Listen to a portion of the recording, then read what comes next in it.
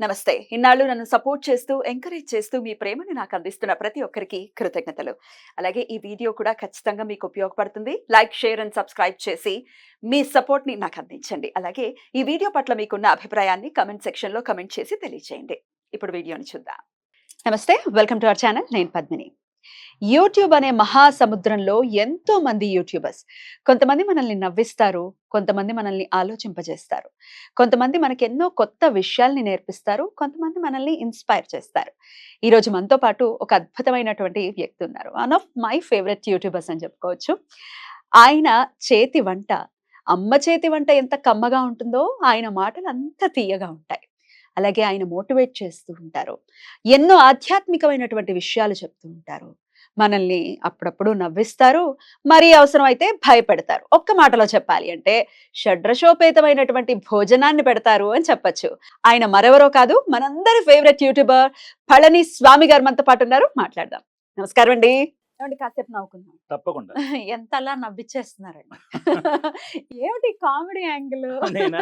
అత్తగారు, కోడలు. ఆ! అత్త ఆవిడే, చిచి అత్త ఆయనే, కోడలు ఆయన ఆవిడే అనేస్తాను చూసారా? అంటే పాత్రలో లీనమైపోయారు. నేను అయిపోయాను, మీరు అయిపోయినారు, మేము అయిపోతున్నాం. అసలు ప్రతిరోజు ఎప్పుడెప్పుడు వస్తుందా, ఎప్పుడెప్పుడు వస్తుందా అని ఎదురు చూస్తూ ఉన్నాం. ఎంత ఫన్ ని క్రియేట్ చేస్తున్నారంటే చిన్న సింపుల్ గా ఫన్ ని క్రియేట్ చేస్తున్నారు. ఏమిటి ఈ ఐడియా వెనకాల, కామెడీ క్రియేట్ చేయాలన్న ఐడియా వెనకాల ఉన్నటువంటి ఆ! ఏమిటి విషయం? చెప్తానండి. నాకు చిన్నప్పటి నుంచి కూడా నటన పట్ల మక్కువ ఉంది. హ్మ్. అయితే కొంత ఇదైన తర్వాత నేనేం చేశాను యథాలోపంగా అప్పటికప్పుడు నేనేం చేశానంటేను చిన్న ఆరోగ్యకరంగా ఉండాలి. ఆ నవ్వుకునేది కూడా ఆరోగ్యకరంగా ఉండాలి. అది ఒకప్పుడు మనం కోల్పోయిందై ఉండాలి. ఒకప్పుడు మనం అనుభవించి ఇప్పుడు కోల్పోతున్నదై ఉండాలి. దాన్ని అందంగా తీర్చిదిద్ది దాని యొక్క రూపాన్ని చూపించాలనే ఉద్దేశ్యం చేత హ్మ్. ఒక తల్లి, ఒక కొడుకు మధ్యన ఉండేటటువంటి హ్మ్. బాంధవ్యం అనే దాని మీద ఏం చేస్తారు పూర్వకాలం మన ఇళ్లలోని హ్మ్. భర్త లేనటువంటి ఆడవాళ్ళు శిరోమణనం చేయించుకుని నెత్తి మీద ముసుగు వేసుకుని ఇంట్లో ఉండేవారు. ఆ. వాళ్ళు ఇంట్లో అందరికీ కూడాను పెద్దరికంగా ఉండి ఇది మంచి ఇది చెడు అని చెప్పి గదమాయించి చెప్పేవారు. ఆ. ఇప్పుడు ఏంటంటేను ఏది చెప్తున్నా తప్పైపోతుంది. అసలు ఆ పెద్దవాళ్ళే లేరు దగ్గరలో. పెద్దవాళ్ళు లేరు. హ్మ్. ఉన్నవాళ్ళ పెద్దరికాలు ఎవరికి అక్కరకు రావట్లేదు. రాను రాను ఇప్పుడు మీరు చూడండి ప్రతి ఇంట్లోని కూడా పెద్దవాళ్ళు ఆహ్, కాలం చెల్లి తీరిపోతున్న వాళ్ళు కొంతమంది. ఎవరికీ సరిగ్గా పనికి రాక కొంతమంది అనాథాశ్రమాల్లో కొంతమంది. వెళ్ళిపోవడం జరిగిపోతుంది. దానికి వెళ్ళడానికి పలు కారణాలు ఉంటే ఉండొచ్చు కాకనగా. బరువై మనకు బరువు అనుకుని వాళ్ళని పంపించడం అని చాలా బాధాకరమైన విషయం. కానీ పెద్దవాళ్ళు లేకుండా ఇంటికి ఏది జరగదండి. ఆ. వాళ్ళెప్పుడు పట్టుకొమ్మే. ఇది మంచి, అది చెడు అని చెప్పేవాళ్ళు ఉండద్దండి. అనుభవం ఎక్కడి నుంచి వస్తుందండి? కరెక్ట్. అనుభవం ఎక్కడి నుంచి వస్తుంది చెప్పండి? ఒక కష్టకాలం వస్తుంది. అది అలా కాదు, ఇలా చేయాలని చెప్పి పెద్దవాళ్ళు మనల్ని శాసించి చెప్తారు. ఒక డాక్టర్ దగ్గరికి వెళ్తే మనము ఆయనకి ఎన్నేళ్ళ ఎక్స్‌పీరియన్స్ ఉందో చూసుకుంటాం కదండీ! కదా!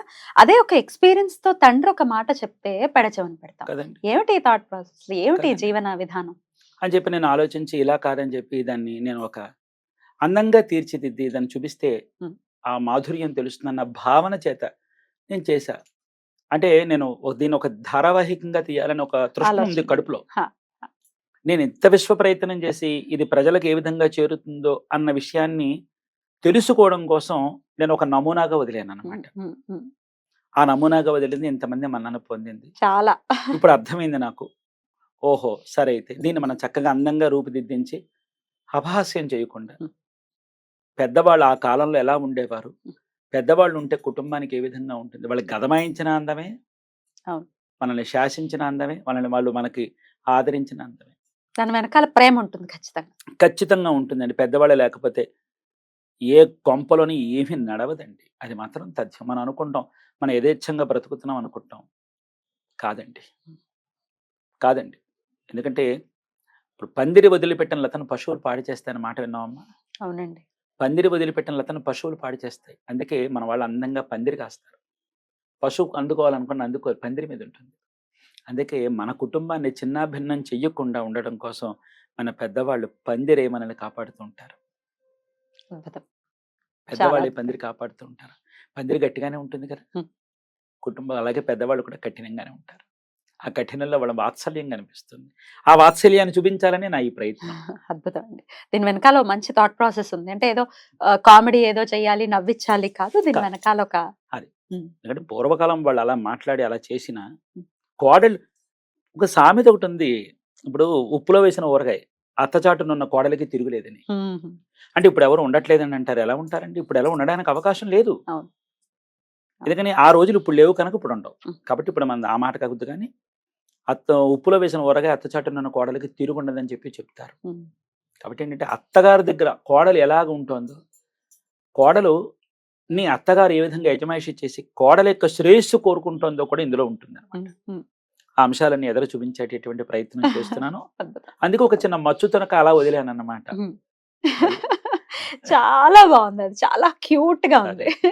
ఇంకా పలు అంశాలతో కూడినట్టు కొన్ని అంశాలున్నాయి. ఉమ్, ఎదర కూడా కొంచెం వాత్సల్యం అని చెప్పి ఒకటుంది. ఉమ్, అంటే తండ్రి కొడుకుల మధ్యన ఎప్పుడు సయోధ్య ఉండాలండి. ఉమ్, తండ్రి ఎప్పుడు కూడా కొడుకు శ్రేయస్సుని కోరుకుంటాడు. అంటే కొంతమంది ఉండకపోవచ్చు. ఉమ్, కొంతమంది తల్లులు, కొంతమంది తండ్రులు దుర్మార్గంగా ఉంటారు. లోకో భిన్నరుచి. కానీ ఏంటంటే సాధ్యమైనంత వరకు కూడా ఏ తల్లి అయినా తల్లి మమకారంగా చూడడం సహజమే. ఉమ్. తండ్రి మమకారం ఎలా ఉంటుందో తెలిసినమ్మా? కంచెలా ఉంటుంది. ఒక పొలానికి చుట్టూ కంచె కడితే ఎలా ఉంటుందో తండ్రి మమకారం అలాగే ఉంటుంది. కంచె తెలిసిందండి. ఉమ్. అది పటిష్టంగా ఉండాలి. అలాగే ముళ్ళతో తల్లి కూడా ఉంటుంది. ఉమ్, తండ్రి బిడ్డలను పెంచేటప్పుడు తల్లిలాగా ఎలా పెంచుతాడండి? పెంచాడు. తల్లి ప్రేమ కళ్ళల్లో ఉంటుంది. తండ్రి ప్రేమ గుండెల్లో ఉంటుంది. గుండెలో అది కనిపించదు. కంటిలో అది కనిపిస్తుంది కదా. అందుకే ఆ తండ్రి ఎప్పుడు కూడా ముళ్ళ కంచెలాగా చుట్టూ బలంగా కూర్చుంటాడు. అనమాట ఏ పశువు లోపలికి వచ్చి పాడు చేయకూడదు. ఉమ్. తన పిల్లలు ఏ పశువుల బారిన పడకూడదని తండ్రి ఎప్పుడు కూడా కంచె కట్టుకునే ఉంటాడు. ఆ తండ్రి యొక్క మమకారం బిడ్డల మీద ఎలా ఉంటుందో చూపించాలని ఆ అంశంతో కూడా ఎదర తీయబోతున్నాను. అది. బోల్డ్ అంతా ఏంటి, ఆల్ ద వెరీ బెస్ట్ అండి. చాలా చాలా సక్సెస్ అవ్వాలి అది. ఎంతో మంది కుటుంబాల్లో అది మార్పుని తీసుకురావాలి అని అవును. మనస్ఫూర్తిగా కోరుకుంటున్నాను. ధన్యవాదాలు. అలాగే సుబ్రహ్మణ్యేశ్వర స్వామి యొక్క ఉమ్, కొన్ని అంశాలు ఉన్నాయి ఉమ్, మనకి. ఉమ్, కొంతమందికి తెలియదు. ఉమ్. కానీ వాటిని కూడా చక్కని ఒక రూపాంతరం చేసి చేయాలనేటటువంటి ప్రయత్నం చేస్తున్నాను. రైట్. అయితే స్కందుడి గురించి ఎలాగో వచ్చింది కాబట్టి టాపిక్, నేను కూడా అదే ప్రశ్న ఉంది. స్కందారాధన ఖచ్చితంగా ఎలా చేసుకోవాలి అనేది ఒకసారి చెప్పండి. స్కందుడిని ఆరాధిస్తే అటు ఇవాళ రేపు మనం చూస్తున్నాం ఆర్థిక పరమైన ఇబ్బందులను తట్టుకోలేకపోతున్నాం. అవునండి. కుజుడికి అధిదేవత స్కందుడు అని చెప్తారు. అవునండి. కుజుడే ఇస్తారు అప్పులు అని కూడా చెప్తూ ఉంటారు. అవునండి. మరి అలాగే వివాహం, పిల్లలు, భార్యాభర్తల మధ్య అవును. సఖ్యత, ఇక ఆయన శత్రుపీడ. శత్రుపీడ, అసలు అసలు ఆయన ఇది అది ఏమిటి, ఏదైనా ప్రసాదించేటటువంటి అపారమైనటువంటి కరుణ కలిగినటువంటి మూర్తి స్కందుడు. అందులో ఎటువంటి సందేహం లేదు. స్కందుడిని ఎలా ఆరాధించాలి, ఎలా ఆయన్ని ప్రసన్నం చేసుకోవాలి మీ ద్వారా అండి? చెప్తాను. ఇప్పుడు మీరు ఒక కరుణ కలిగిన దైవం ఉన్నారు. ఆయనే కందన్ కరుణై. కందన్ కరుణై. కరుణై. స్కందుడి యొక్క కరుణ అపారం. చాలా మంది అనుకుంటారు సుబ్రహ్మణ్యేశ్వరుని ఆరాధన చేయాలంటే మడి, నియమం, నిష్ఠ ఇవన్నీ కావాలండి. ఆచారం కావాలి. లేకపోతే ఆయన చాలా కోప్పడతాడని. కాదా అండి? ఆయన తత్వం అది కాదు.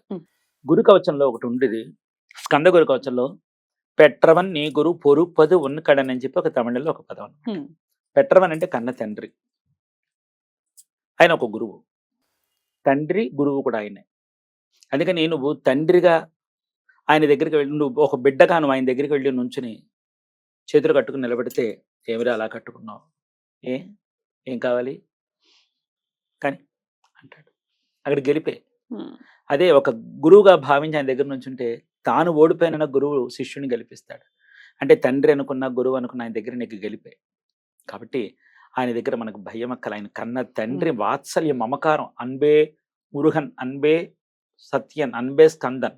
అన్బు అంటే ప్రేమ, తమిళంలో దాని పదం, తెలుగులో చెప్పుకుంటే ప్రేమ. మురుగర్ అంటేనే ప్రేమ. ఆయనకు వాత్సల్యం ఎక్కువండి, మమకారం ఎక్కువ. కోపం కాదండి. కోపం ఎవరి మీద అంటే ఆయన నమ్ముకున్న భక్తుల యొక్క పతనాన్ని కోరుకుంటున్న వాళ్ళ మీద. ఆయనకి రెండు మాటలంటే ఇష్టం ఉండదు. అని అనలేదనడం, తప్పుడుగా మాట్లాడడం, తిక్కగా మాట్లాడడం, ఒకళ్ళని కావాలని వాళ్ళని వీధికి ఏడ్చడం, ఇవన్నీ ఆయనకి ఇష్టం ఉండదు. అలాంటి వాళ్ళ మీద కోపంగానే మన మీద కాదు. ఇంకా ఆచార వ్యవహారాలు అంటారా, ఒకటి మాత్రం ఖచ్చితంగా చెప్తాను. ఏమండి, ఇప్పుడు ఒక ఉదాహరణకు చెబుతాను. ఇప్పుడు ఇంత గది ఉందండి. ఓ భార్యాభర్త, ఓ చంటి పిల్లాడు ఉంటారు. ఆ గదిలో ఓ మూల దేవుడిని పెట్టుకుని ఓ చిన్న చాటు పెట్టుకుంటారు. అమ్మాయికి కుదిరని వేళ, కుదరని వేళ ఉంటుంది. ఇవాళ ఎక్కడికి పోతారండి?